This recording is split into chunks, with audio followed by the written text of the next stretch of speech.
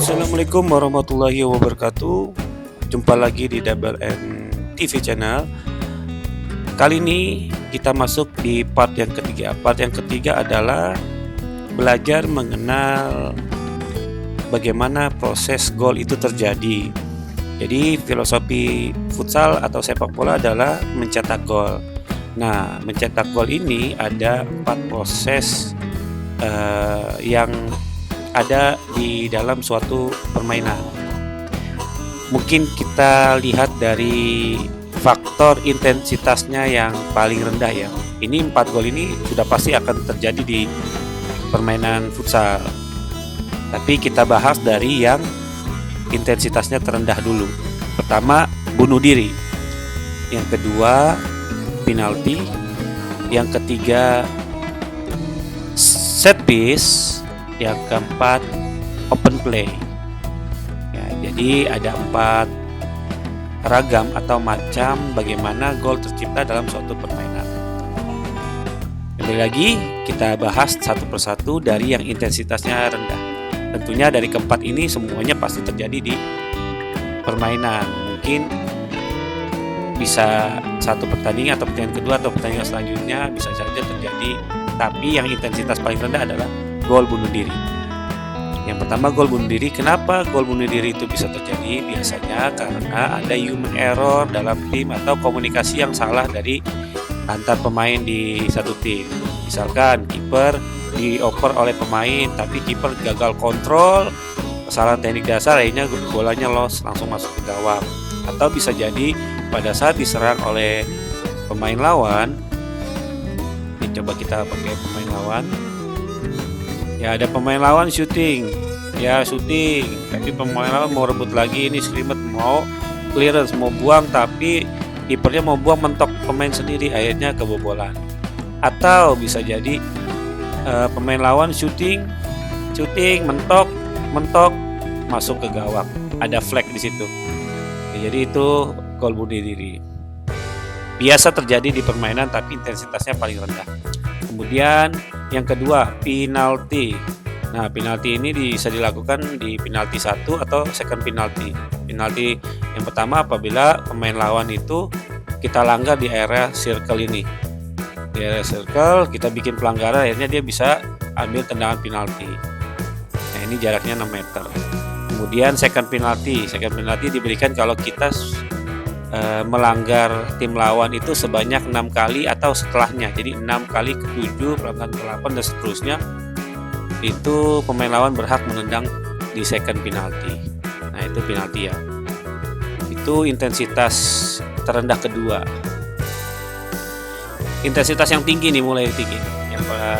Yang tinggi adalah set piece. Set piece itu kalau di data penelitian 30% dari suatu pertandingan biasanya dihasilkan oleh set piece. Set piece atau set play. Ini kadang-kadang para pelatih juga belum tentu tahu gitu kan. Atau bahkan para pemain yang muda-mudi ini bilangnya bukan set piece tapi servis, padahal servis itu kan motor gitu, servis mah. Jadi sebetulnya namanya set piece atau set play. Itu sama, satu kesatuan. Ada juga yang bilang kalau set piece itu bola mati, set play itu bola hidup. Nah, ini beda nih, beda dan salah miskonsepsi.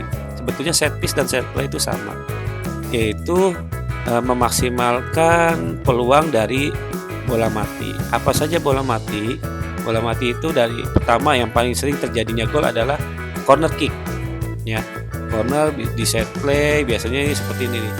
Dari sudut kanan ada yang oper, di sini ada yang blocking, di sini ada orang kedua, di sini ada tiang kedua, oper, yang ini ngeblok lawan. Misalkan di sini ada lawan di blok, ini leluasa, punya ruang tembak yang cukup, shooting, gol. Itu corner. Kemudian apalagi yang sering terjadi? Yang sering terjadi adalah free kick.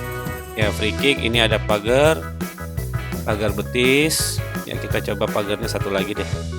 Oke, ada pemain lawan satu lagi, ini pagar. Bikin set piece. Ya, ada yang set piece-nya seperti ini, passing yang standar, shooting langsung masuk. Atau yang pasti tiang 2 oper lagi, shooting masuk, atau ada yang melakukan rotasi.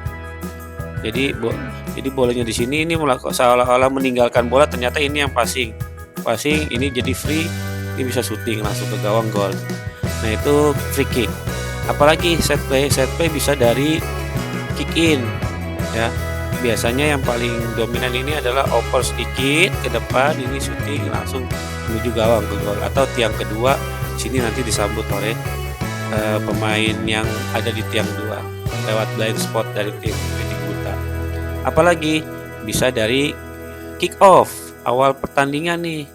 Ya, begitu oper, shooting langsung bisa saja terjadi dan gol. Kalau di lapangan-lapangan yang sewa yang umumnya lebih kecil dari standar internasional lapangan futsal. Apalagi dari lemparan kiper nih. Kiper bisa nih, lemparan kiper, lempar jauh di sini langsung tendang langsung ke gawang. Itu sering juga terjadi set piece di situ gitu. Apalagi yang belum kira-kira, jadi bisa ditambahkan di kolom komentar. Oke, nah yang terakhir ya, intensitasnya paling tinggi adalah open play. Open play itu artinya bola jalan. Jadi bola dalam permainan yang sedang berlangsung, bukan bola mati. Seperti apa contohnya? Ya banyak. Seperti bermain normal memakai pola yang dimainkan oleh tim tersebut. Misalkan 1-2-1, misalkan 1-2-1, passing, overlap, passing lagi, bolanya ke sini. Ini dia menunggu nih ada lawan datang, ya.